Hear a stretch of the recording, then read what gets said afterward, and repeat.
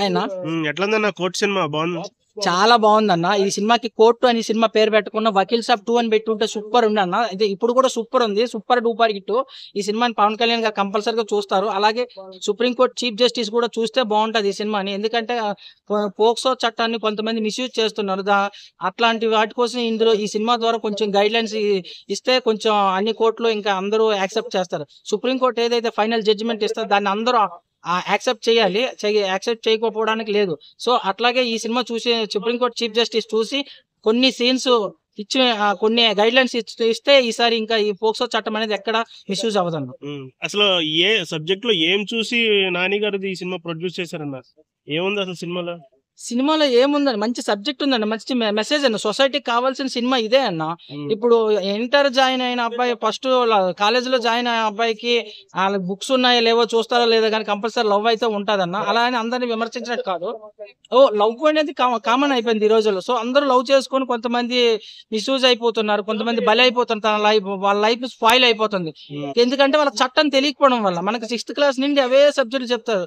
History, social, English, ఇవే తెలుగు, ఇవే సబ్జెక్టులు చెప్తున్నారు. లా అనే కూడా ఒక సబ్జెక్ట్ యాడ్ చేసి ఒక 10 మార్క్స్ 20 మార్క్స్ ఈ లా అనే సబ్జెక్ట్ కూడా మనకి ఇచ్చుంటే లా కూడా మనకు సబ్జెక్టే కదా అని చెప్పి నేను నేర్చుకుంటారన్న. లా మనకు చాలా మందికి తెలియకపోవడం వల్ల ఎక్కువ తప్పులు జరుగుతున్నాయి. లా తెలిసిన వారు ఎవరు తప్పు చేయరన్న.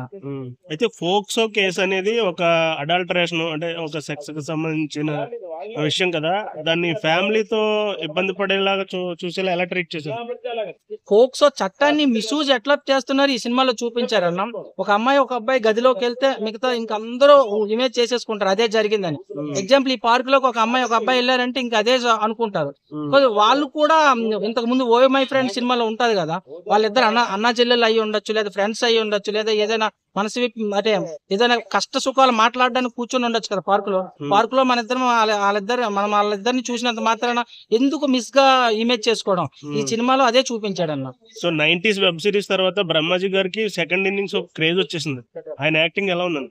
ఈ సినిమాతో ఆయన కంపల్సరిగా ఒక మంచి విలన్ అవుతారన్న. విలన్ క్యారెక్టర్ ఆయన యాక్సెప్ట్ చేసుంటే ఇంకా మళ్ళీ జగపతి బాబుకి లైఫ్ అయిపోయింది, ఇంకా సినిమా కెరీర్ అయిపోయింది అనుకున్న టైంలో ఆయన విలన్ గా రాణించారు. అట్లా శివాజీ గారికి అవకాశాలు లేక ఏం కాదు, ఆయనకి ఇంట్రెస్ట్ లేక సినిమాలు తీయట్లేదు. ఆయన సినిమాలు చాలా బాగుంటాయి. అమ్మాయి గారు ఇంకా చాలా ఉంటాయి సినిమాలు.